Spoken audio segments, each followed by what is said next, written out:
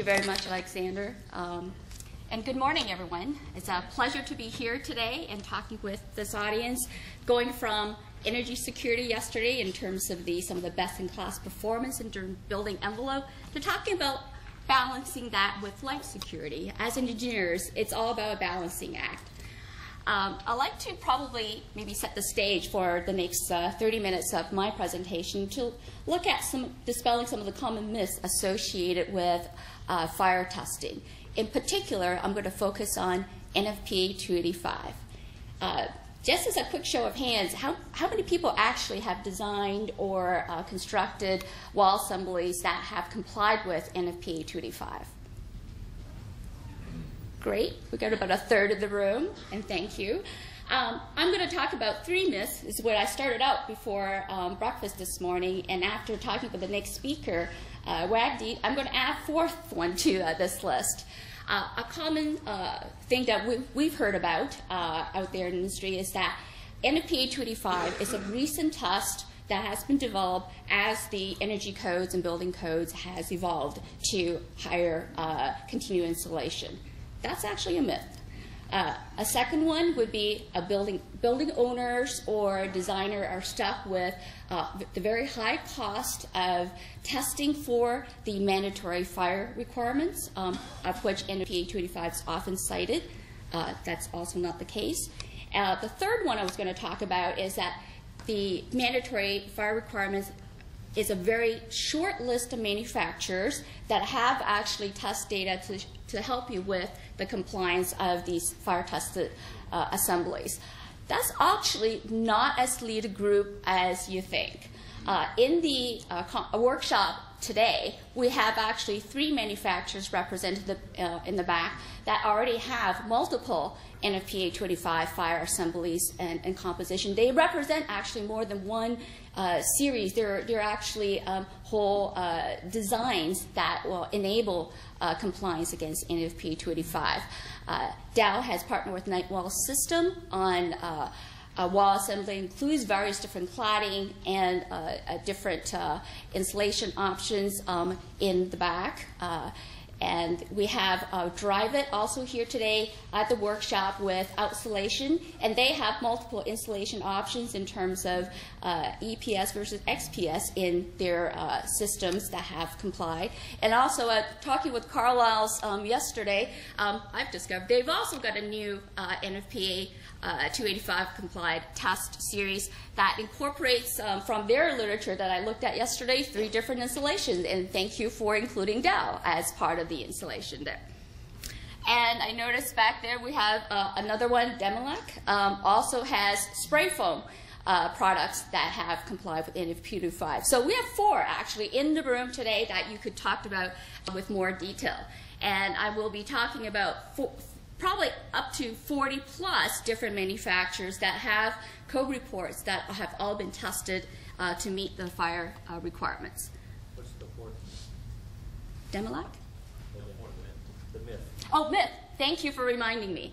I was asked at breakfast this morning, great, and you're going to talk about the test assemblies that have passed NFPA 285. Have you had experience or any assemblies that have failed NFPA 285? And as a manufacturer that has done a fair bit of testing with different materials on the wall assembly, have to say, yes, we have failed. Some of the conditions, specifics of the assemblies we're going to be talking about are what we have developed that have passed this test. We have encountered situations where they failed. And you know what? With a fire test, when it fails, you have to run really quickly the other way. So I'm going to dispel the myth with the following flow. I'm going to give you a little bit of the background. Obviously, we can't talk about the test without knowing exactly where it evolved from. Some of the code requirements in terms of why we need it, the successful NFPA 285 test assemblies. Hopefully, that will give you something useful to work with moving forward. How this converts to real-life situation for the designers, in particular the architects in the room. And a little bit more with the air sealing because we know that in addition to thermal, moisture, fire, we also need to address the importance of air leakage in these assemblies for the whole building envelope performance. A little bit of history. I can't cover maybe 1,000 years of evolution like Joe did yesterday in terms of insulation in our building envelope, but maybe back in the 50s when the exterior insulation finishing system was first developed with expanded polystyrene foam. That would be the white beadboard type insulation product that you're used to seeing for polystyrene base.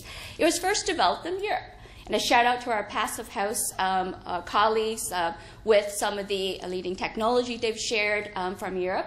And it was initially used to retrofit solid masonry walls, maybe the nice adobe type house that Joe showed us nice photographs yesterday from Ireland and others with R2. In the 70s, eaves was first introduced in the US using the same type of insulation product as Europe, and Drive It actually in the back was one of the first to bring that over to the US. When you do that, there's a couple of issues when you bring this new type of system into the North American environment. In non-combustible walls, what's the potential for vertical and horizontal fire spread due to the combustible plastic insulation components that's used on the exterior wall? Because, you know, I've been told by my legal department, there's lots of lawyers running around that, you know, you got to really address the fire safety aspect if you want to go in and put these into large commercial assemblies, congregations of a large number of people, a couple of hundred people in the room, to give people enough time to actually also leave and escape the room. In the 80s, essentially, when we have more fragmented building codes, they're very regionally oriented, UBC 17-6, just another code, was established as part of a large-scale fire test that addresses the multi-story test assembly. It was first developed for insulated metal panels, and as my breakfast partner mentioned to me this morning, actually was designed around the eaves system, the exterior insulation finishing system. In 1998, the first version of the intermediate multi-story NFPA 285 was first published. The earlier version would actually be a full test assembly that was constructed outdoors. It took a long time, about a month actually, to construct outdoors if you could catch all the weather conditions properly. So it made it difficult, essentially, to even go get the testing done. And the intermediate multi-story test, NFPA 285, evolved from that, where they made some modifications, enabled the testing to be done in an indoor test facility, so you could actually ensure that, you know, if you're testing brick, cladding, with your mortars, that there's a proper time for it to dry out so that you could actually test it appropriately. In 2000, when we looked at, in the US, unifying a lot of the regional codes with the International Building Code first introduced, it cites both NFPA 225 and the UBC intermediate test number. It's evolved into 26-4 from the original 17-6 as both viable multi-story tests that you could use to comply with the fire code. In 2003, they dropped the UBC fire test because not as many people are using it, and really consolidated down to NFPA 285. 2012 is going to be an interesting year. The current version of NFPA 285 was published in 2006, evolved from the original over 10 years from the 98 version, and we are expecting an update to that test method this year. So the codes. A little bit, where in the section can you find NFPA 285? So it's chapter 26, non-combustible type 1 through 4 construction will require you, the wall assembly, to be tested in accordance, comply with the acceptance criteria NFPA 285.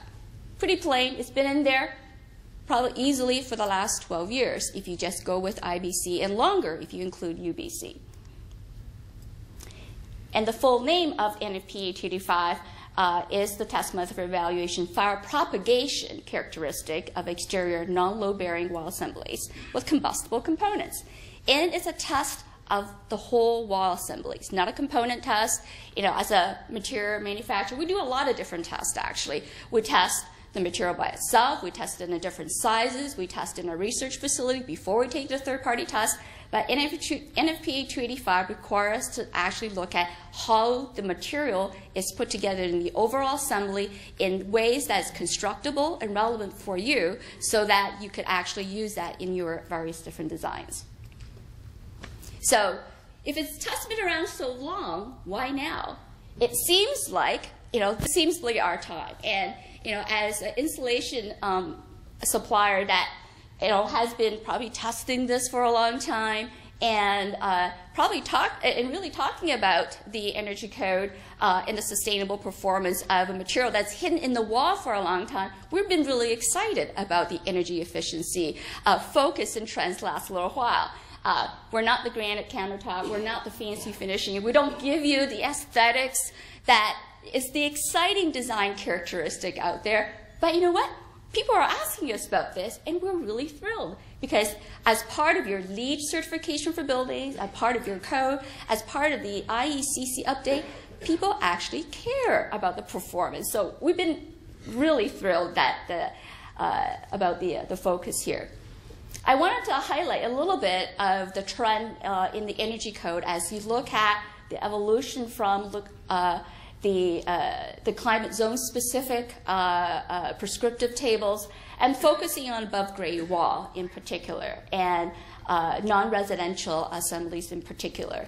And as you can see, the continuous insulation component of the energy code, it has started to improve and has started to also move from the not just a northern climate requirement. I'm almost afraid to admit that, hey, my headquarters is based in Midland, Michigan. We do a lot of testing development in Zone 5. We're used to snow. Last week before I came to Texas, we left 5 inches of snow, and severe weather is kind of something we're used to.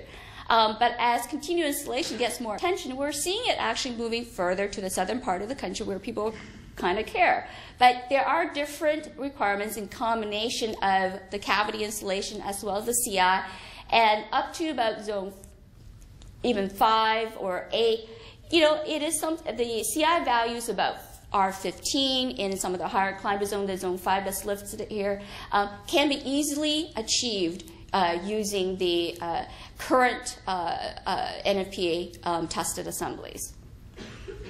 So a bit about the test. How many of you have actually seen the test in progress? Great. Great. On a video would count as well. I do want to point out that Night Wall System indicated to me that they have brought their test video here, and they actually can show you. If you haven't seen the video of the actual fire test, you can have a chance to see that during today's workshop. It's a 2-story fire test, essentially. The test sample that's tested, it's about it's a minimum of 17.5 feet high, about 13 inches wide. The full test duration is 30 minutes. The interior burner started first because it's intended to simulate a flashover effect. When you have a fire that could start from the interior and it propagates and goes out to something like the architects in the room like to use and people like to have in the homes, such as windows. So there's a window that's incorporated as part of the test assembly. 5 minutes after the interior fire starts, the window burner starts so that you have that simulated flashover effect in terms of the fire going outside to the exterior part of the test assembly. NFPA 285 was developed to evaluate a couple of different ways of fire propagation, but it is a lab test. And I'm going to make a disclaimer, in no way am I saying this is necessarily reflective of any actual fire conditions that you may have seen or heard about or read about in the news. But exterior fire propagation is one of the ways that is evaluated. So you have the fire that goes out through the window, similar to a flashover effect. The height of that fire that goes past that window cannot exceed 10 feet above the top of the window. So that is visually observed. They also have thermocouples that measure the surface temperature of the components in the test assembly, and the exterior surface temperature cannot exceed 1,000 degrees Fahrenheit. The core propagation is also looked at. Joe Seabrick and our other speaker talked about the importance of water management in our high-performance building envelope. So you have that drainage plane in the airspace that's most and really maybe should be in all of the effective and efficient high-performance buildings. And that airspace that allows water drainage is also an opportunity for fire to propagate when you're looking at a multi-story fire test. And it cannot have anything that passes that one-story mark. You have the interior fire propagation because we're looking at a flashover effect that starts from the interior fire. And most buildings has a lot of combustible materials that's inside the building, from our furnitures, our tablecloth, carpet. Very easily conceivable that it will start from the interior part of the building. It cannot pass the first floor line, essentially. And you need to look at the lateral propagation. So the fire that passed through the window from the flashover event cannot exceed 5 feet from the central line of that window on either the left or right side. There are additional temperature requirements in terms of you cannot exceed 500 degrees Fahrenheit in that the temperature of the second story space, and the core temperature cannot exceed 750 degrees Fahrenheit. The test, as we do this at third-party testing labs, is videotaped pretty much always, and these temperatures and the visual indications are recorded as part of the test report. So for those of you who haven't seen the actual test, here's a photo that shows you the test panel and the way it's marked up to give you the visual indication of the distance to monitor the fire propagation. Here's our window fire that started at 5 minutes after the test as they light that up. And here's an example of a test assembly that has, with a test in progress, and we have a brick cladding. You see that the fire, even though it has started, and it reached about from 4 or 5 feet above the top of the window frame, but has not reached anywhere close to 10 feet above, which is the limit for passing this test on the exterior surface of the assembly. So that's the test. And I'm going to talk about next a little bit about the different assemblies that have passed this. Here's an example of the different categories of material that have already passed NFPA 285 material with continuous insulation. You have rigid foam sheathing, and that includes thermoplastics such as extruded polystyrene foam in terms of R value of R5 per inch. It includes rigid isocyanurate type of foam with R of 6.5 per inch. There are multiple manufacturers as listed there with rigid foam assemblies that pass that test. We also spray foam products, as our exhibitor pointed out from the back, that have passed NFPA 285 with spray foam on the exterior. Here's an example of the 7 different code reports with different manufacturers is included here. So at least 4 manufacturers with product lines with foam sheathing, 7 for spray foam. And as you remember, this started as a test that's developed around the EIFS system. So we have like 28, I think, on this list, and probably more than that's not even that I have counted that have test assemblies that comply with NFPA 285. So assembly-specific maximum CI value. That's a question we hear about a little, quite often, especially in high-performance buildings. What's the most I could put on the exterior of the building?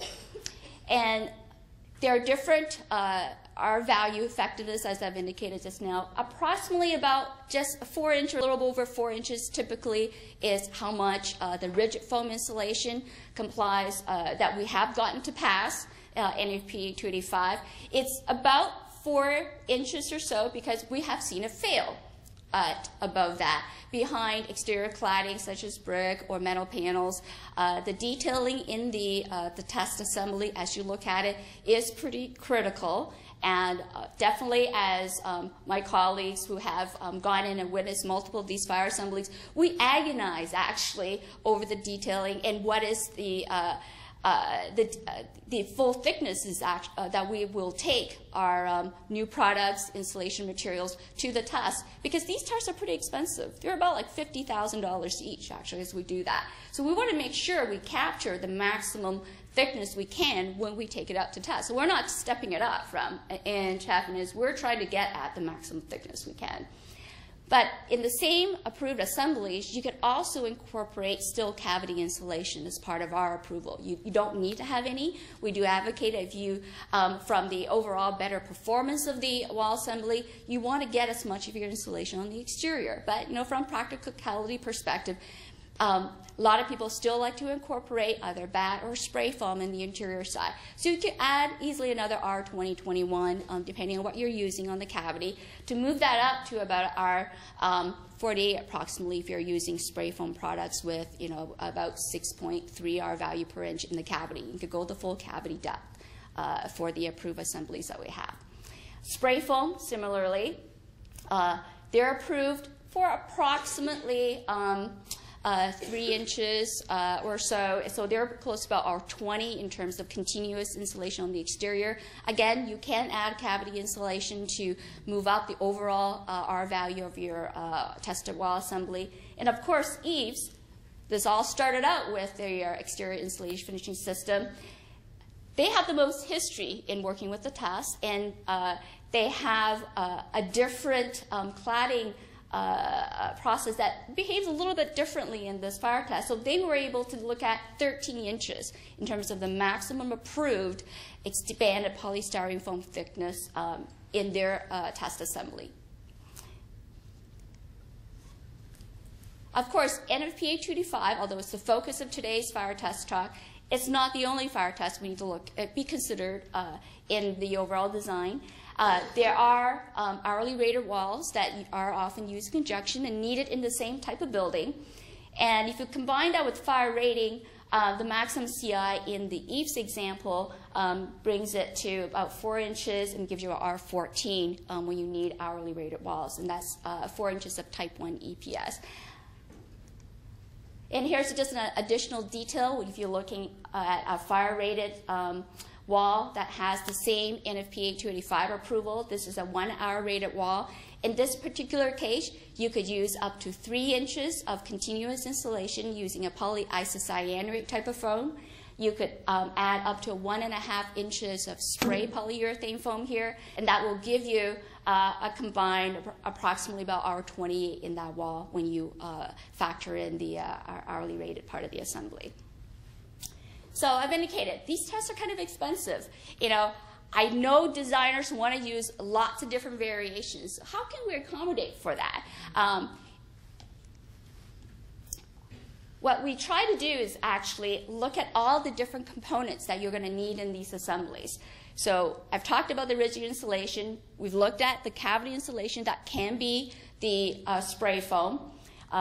We've looked at different claddings that is incorporated into it. We also have all evaluated the type of joint finishing, including flashing, that you'll need to seal these board joints as the overall test approval that we have for NFPA 285. Steel stud metal panels are also part of the approved cladding. So there's a lot of options actually out there if you think about how many components that can be changing and how many combinations you can be looking at in the test assembly. For the fire test, I'm just going to mention I have included a lot of the details in the CD you received with today's workshop. And probably, I don't know for good or bad, I probably had the most number of appendix files included for a 35-minute presentation today, because a lot of it really needs to be looked at in a little bit more detail. We are looking at a lot of different combinations of walls. We want to address the designer's need for flexibility and also the engineering's need for looking at the specific numbers to get at what you need to validate from the performance side. So they are included on the CD in terms of more detailed explanations. And if you want to cut to the chase, essentially, there are fire scientist consultants that will help you navigate through the test approvals with NFPA 285. If you are working directly with a fire consultant or working with someone that has already done some of the approvals on your behalf, you want to look for someone who is active on the in industry committees, active in NFPA 285, so that you fully understand the nuances of the testing and what it means when you're looking at assemblies that pass. Experience with the fire testing labs helps because this is where you could help understand and interpret some of the results from the different areas. And a nationwide experience and knowledge of codes probably doesn't hurt as well, because you may encounter situations where you want to make some adjustment or change from what's explicitly outlined in the approved test assemblies, and the fire science consultant can probably look at whether it's something you need to start a brand new test on, or is it something can be evaluated and gain approval for within the existing compliance. We've worked with fire consultants, and many of the manufacturers that you've heard me talk about, including all the ones during the workshop today, have worked with these consultants to come up with these tables. And these tables help you sort of make your choices and guide you towards the maximum thicknesses, the amounts, and the types of products you could have in your approved test assembly. Of course, the lawyers can't let me come here and have you videotape me without a little bit of a disclaimer. These test assemblies I'm going to talk to you through over the next couple of slides are brand and product specific, because when you look at fire testing, it's fuel dependent, it's composition dependent. So when you test the whole thing, the compliance does need to get down to exactly what products, so that the thickness is relevant when you look at incorporating those. But there's still a lot of choices. So this is an example of one of the engineering approval letters that we have for NFPA 285. This gives you the details of the type of assemblies you can design and the options you have specific to our product line and manufacturer. So this is like a buffet, a smorgasbord. Like a Chinese buffet, there's lots of choices that you could choose from, starting from your base wall system. So you could start with any of these 5: concrete wall, concrete masonry, and of course some of our favorite steel stud with approved thermal barrier. In one of Dow's NFPA 285 compliance reports, we list 6 thermal barrier options. So you actually have lots of choices, you know, from the standard exterior gypsum, dense glass gold. You could have sprayed applied thermal barrier if you so choose on top of your insulation. There are different coatings available. So, you know, up to 10. So I'm going to ask the audience here to keep track of how many options that you start to choose from, starting with your base wall. Your floor line fire stopping. If you remember, this fire propagation can't go above the 2nd floor. This is an easy and pretty common floor line detail: 4 pounds per cubic feet of mineral wool in each stud cavity and at each floor line. We've stayed with that with most of our fire testing. We don't sell mineral wool, but it works well, and it gets us the compliance past this test, because we know we fail. We have combustible material. We could get it to fail. The cavity insulation can include, you don't need to have any. You know what? From a building science perspective, you may not want to have any. But for those of you who still want to stay with some of the more commonly used glass fiber bat insulation, whether faced or unfaced, you can still incorporate it in the cavity. Spray polyurethane foam, that'll give you both a combined air sealing as well as insulation performance, is approved in many of the current test assembly that's already out there and publicly available. So that's 3. So we have 30 if you look at the different combinations so far. Exterior sheeting, you don't need to use any. You could use the different types of gyps. Again, 3 different options. You could use weather-resistant barrier, whether you include one that's such as Weathermade Plus, such as Tyvek, such as others, that's already, again, tested as part of the approved assembly, or you don't need to have any, because there are test assemblies where you could incorporate your sheeting product with the right flashing and the joint detailing that also meets the weather-resistant barrier requirement, or water control layer, as Joe called it yesterday. Exterior insulation, you could have none. You could have rigid foam board insulation, which, you know, you could use extruded polystyrene foam. You could use polyisocyanurate foam, which is not thermoplastic, will not have a melting behavior. Those are rigid that chars, essentially. Different R value per inch, different characteristics, but they do pass. You could have expanded polystyrene foam, you could have spray foam, and you could have combinations of insulation solutions between spray-on as well as rigid that also falls within what's approved in NFPA 285. Exterior veneer. I know that once you get past the guts of the building, you're comfortable with the water management, the thermal performance, you want to make sure this building actually looks good. So the testing has been done with a variety of different claddings. Not all thicknesses available behind all claddings, because the claddings is an important part of the assembly that when you look at exterior fire propagation matters. So we have brick, stucco, limestone, terracotta for the up to 4 inches of CI that's commonly used out there. The metal composite materials, cement, siding, board, natural stone wall, panel board are also included. Typically, in many of the test report, you'd need to reduce a little bit of the maximum thickness on the exterior side when you look at some of the other options, but they are there. So for those of you who have been following how many options as I walk through these components, multiply it out, you'll have almost just under 6,000 here available without looking at changing thicknesses, changing manufacturers into the combinations of test walls that have already passed and approved in NFPA 285. Not too bad when you think about it. So as I wrap up, I want to look at the performance of these approved assemblies past fire. We know that these building envelopes are important when we look at air sealing. U.S. Army Corps has got the nice whole building envelope air sealing requirement. It's also part of the 2012 Energy Code, IECC. They give you different options to comply with the air sealing component. As Joe indicated, the easiest way, using individual materials that have air permeability of less than 0.004. Multiple products will meet that. Spray polyurethane foam insulation, I gave you one specific property here, could do that. And this spray polyurethane foam product could also use to air seal areas where you're not using directly spray polyurethane as the insulation component. You could actually use it for just the air sealing property itself. You could look at test wall assemblies. Many of the manufacturers, of which Dow is one of them, includes whole test wall assembly that have passed both the fire as well as the air leakage. I've included what we called Tech Solutions 513 in the CD package. It's a pretty long tech note because we wanted to step you through all the different components and all the full portfolio of tests that we have passed, both in terms of thermal, air, and fire.